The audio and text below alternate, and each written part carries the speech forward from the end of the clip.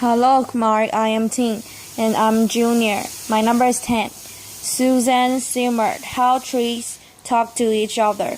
Imagine you're walking through a forest.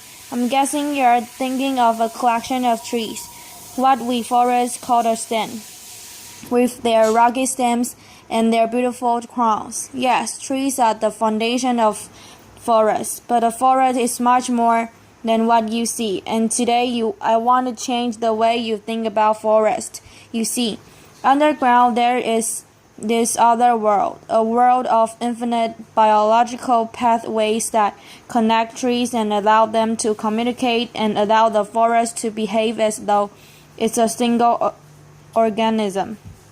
It might remind you of a sort of intelligence. How do I know this? Here's my story. I grew up in the forests of British Columbia. I used to lay on the forest floor and stare up at the tree crowns. They were giant. My grandfather was a giant too. He was a horse lugger, and he used to selectively cut cedar poles from the inland rainforest. Grandpa told me about the quiet and cohesive ways of the woods and how my family was knit into it. So I followed in Grandpa's footsteps. He and I had this curiosity about forest, and my first big aha moment was at the outhouse by our lake. Our poor dog, Jigs, had slipped and fallen into the pit. So Grandpa ran up with his shovel to rescue the poor dog. He was down there swimming in the muck. But as Grandpa dug through the forest floor, I became fascinated with the roots, and under that, what I learned later was the white mycelium, and under that the red and yellow mineral horizons. Eventually, Grandpa and I rescued the poor dog, but it was at that moment that I realized that palette of roots and soil was really the foundation of the forest, and I wanted to know more, so I studied forestry. But soon I found myself working alongside the powerful people in charge of the commercial harvest. The extent of the clear cutting was alarming, and I soon found myself conflicted by my part in it. Not only that, the spraying and hacking of the aspens and birches to make way for the more commercially vulnerable planted pines and firs was astounding. It seemed that nothing could stop this relentless industrial machine.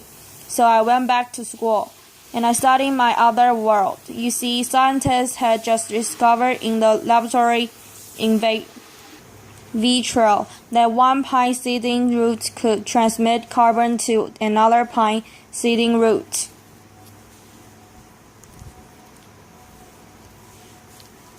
But that was in the laboratory, and I wondered, could this happen in real forest? I thought yes, trees in real forest might also share information below ground.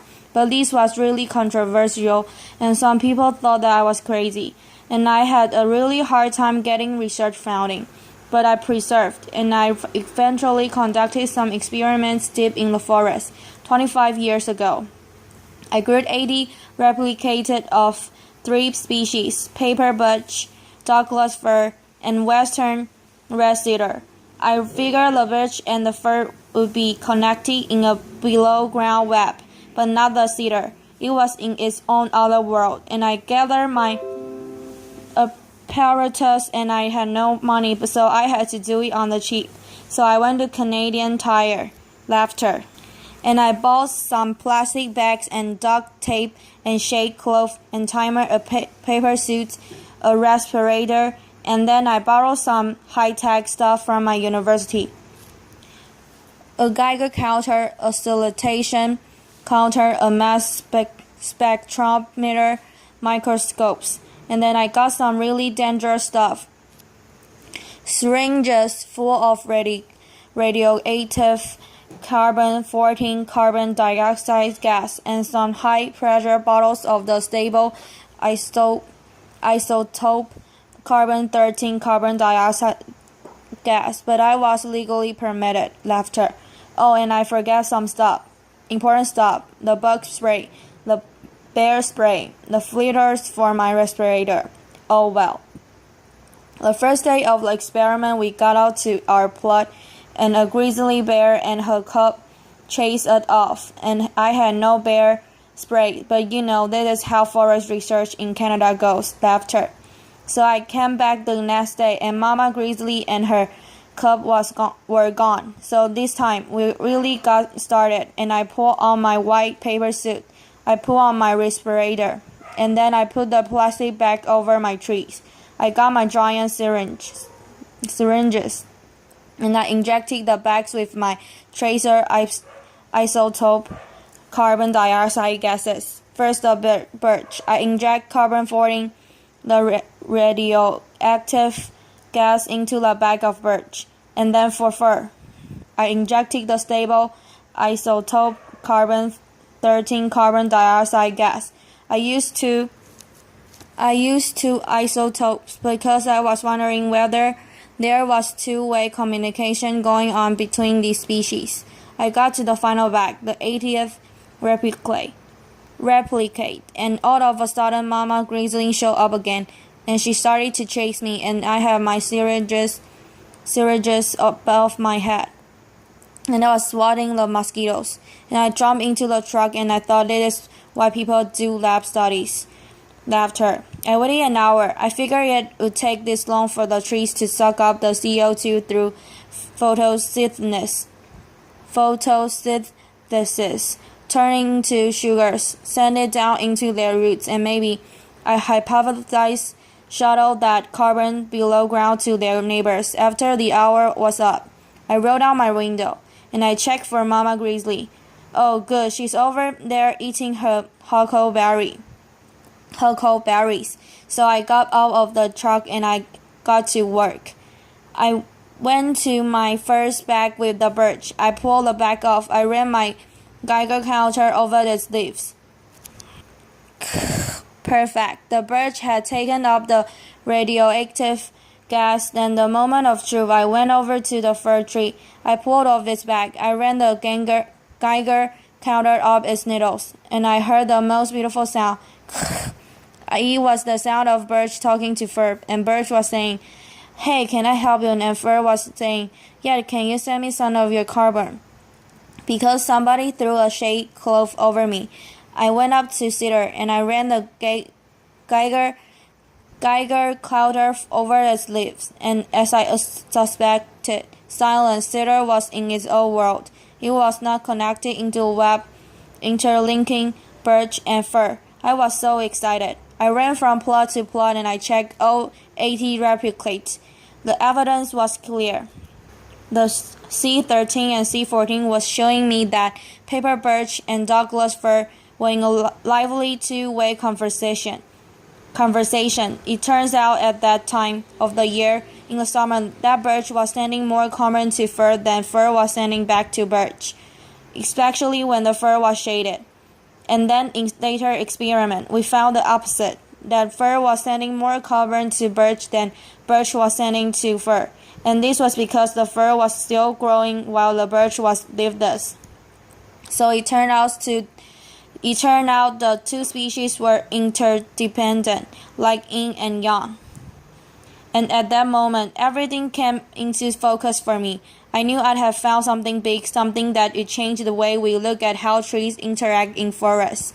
From not just competitors, but to collaborators. And I have found solid evidence of this massive below-ground communications network the other world. Now, I truly hope and believe that my discovery will change how we practice forestry. From clear cutting and herbiciding to move holistic and sustainable methods that were less expensive and more practical. What was I thinking? I'll come back to that. So how do we do science in complex systems like forests? Well, as forest scientists, we have to do our research in the forest, and that's really tough, as I have shown you. And we have to be really good at running from bears, but mostly we have to preserve in spite of all the stuff stacked against us. And we have to follow our institution and our experience and ask really good questions. And then we've got to gather our data and then go verify. For me, I've conducted and published hundreds of experiments in the forest. Some of my oldest experimental plantations are now over 30 years old. You can check them out. That's how forest science works. So now I want to talk about the science. How were paper, birch, and Douglas fir communicating? Well, it turns out that they were conversing not only in the language of carbon but also nitrogen and phosphorus and water and defense signals and little chemicals and hormones information. And I have to tell you before me, scientists have thought that this below ground mutualistic symbiosis called a mycorrhiza was involved. Mycorrhiza literally means fungus root. You see their reproductive organs when you walk through the forest. They are the mushrooms. The mushrooms, though, are just the tip of the iceberg, because coming out of these stems are fungal threads that form a mycelium, and that mycelium infects and colonizes the roots of all the trees and plants. And where the fungal cells interact with the root cells, there's a trail of carbon for nutrients, and the fungus gets those nutrients by growing through the soil and coating every soil particle. The web is so dense that there can be hundreds of kilometers of mycelium under a single footstep. And not only that mycelium connects different individuals in the forest. Individuals not only of the same species but between species, like birch and fir, and it works kind of like the internet. You see, like all networks, mycorrhizal networks have knots and links. We make this map by examining the short sequence of DNA of every tree and every fungal individual in a patch of Douglas fir forest. English picture. The circles represent the Douglas fir, or the knot, and the lines represent the interlinking fungal highways of the links. The biggest, darkest knots on the busiest knot. We call those hop trees, or more fondly, mother trees, because it turns out that those hop trees nurture their young, the ones growing in the understory. And if you can see these yellow dots, these are the young seedlings that have established within the network of the old mother trees. In a single forest, a mother tree can be connected to hundreds of other trees. And using our isotope tracers, we have found that mother trees will send their excess carbon through the mycorrhizal network to the understory seedlings, and we've associated this with increased seedling survival by 4 times. Now, we know we are favor our own children, and I wonder, could Douglas fir recognize its own king, like Mama Grizzly and her cub? So we set about an experiment, and we grew mother trees with king and stranger seedlings, and it turned out they do recognize their king. Mother trees colonize their king with bigger mycorrhizal networks. They send them more carbon below ground. They even reduce their own roots competition to make elbow root for their kids. When mother trees are injured or dying, they also send messages of wisdom on to the next generation of seedlings. So we've used isotope tracing to trace carbon moving from an injured mother tree down her trunk into the mycorrhizal network and into her neighboring seedlings. Not only carbon but also defense signals. And these 2 compounds have increased the resistance of those seedlings to future stresses. So trick talks. Applause. Thank you. Through back and forth conversations. They increase the resilience of the whole community. It probably reminds you of our social communities and our families. Well, at least some families. Laughter. So let's come back to the initial point. Forests aren't simply collections of trees. They are complex systems with hubs and networks that overlap and connect trees and allow them to communicate. And they provide avenues for feedbacks and adaptation. And this makes the forest resilient. That's because there are many hub trees and many overlapping networks, but they are also vulnerable not only to natural disturbance like bark beetles that preferentially attack big old trees, but high-grade logging and clear-cut logging. You see, you can take out one of two hub trees, but there comes a tipping point because hub trees are not unlike rivets in an airplane. You can take out one or two and the plane still flies, but you take out one too many, or maybe the one holding on the wings, and the whole system collapses. So now, how are you thinking about forests differently? Audience, yes. Cool, I'm glad. So remember I said earlier that I hope that my research, my discoveries will change the way we practice forestry. Well, I want to take a check on that 30 years later here in Western Canada. This is about 100 kilometers to the west of us, just on the border of Banff National Park. There's a lot of clear cuts. It's not so pristine. In 2014, the World Resource Institute reported that Canada in the past decade has had the highest forest disturbance rate of any country worldwide. And I bet you thought it was Brazil. In Canada, it's a 3.6% per year. Now, by my estimation, that's about 4 times the rate that is sustainable.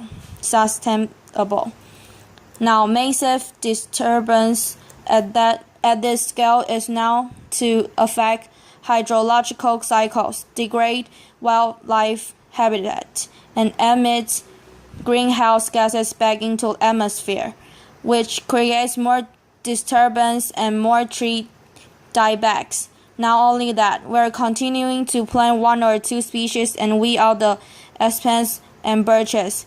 This simplified forest lack complexity and they're really vulnerable to infection and bugs. And as climate changes, this is creating a perfect storm for extreme events like the massive mountain pine beetle outbreak that just swept across North America, or that mega fire in the last couple months in Alberta. So I want to come back to my final question. Instead of weakening our forests, how can we reinforce them and help them deal with climate change? Well, the great thing about forests as complex systems is that they have enormous capacity to self-heal. In our recent experiments, we found with patch cutting and retention of hub trees and regeneration to a diversity of species and genes and genotypes that these microhorizon networks, they recover really rapidly. So with this in mind, I want to leave you with 4 simple solutions, and we can't kid ourselves that these are too complicated to act on. First, we all need to get out in the forest. We need to re-establish local involvement in our own forests. You see, most of our forests now are managed using a one-size-fits-all approach, but good forest stewardship requires knowledge of local conditions. Second, we need to save our old-growth forests. These are the repositories of genes and mother trees and my core horizon networks, so this means less cutting. I don't mean no cutting, but less cutting. And third, when we do cut, we need to save the legacies, the mother trees and networks and the wood, the genes, so they can pass their wisdom on to the next generation of trees, so they can withstand the future stresses coming down the road. We need to be conversationists. And fourthly, we need to regenerate our forests with a diversity of species and genotypes and structures by planting and allowing natural regeneration. We have to give Mother Nature the tools she needs to use her intelligence to self-heal. And we need to remember that forests aren't just a bunch of trees competing with each other. They are super cooperators. So back to Jigs. Jigs falling to the outhouse showed me this other world, and it changed my view of forests. I hope today to have changed how you think about forests. Thank you. Applause.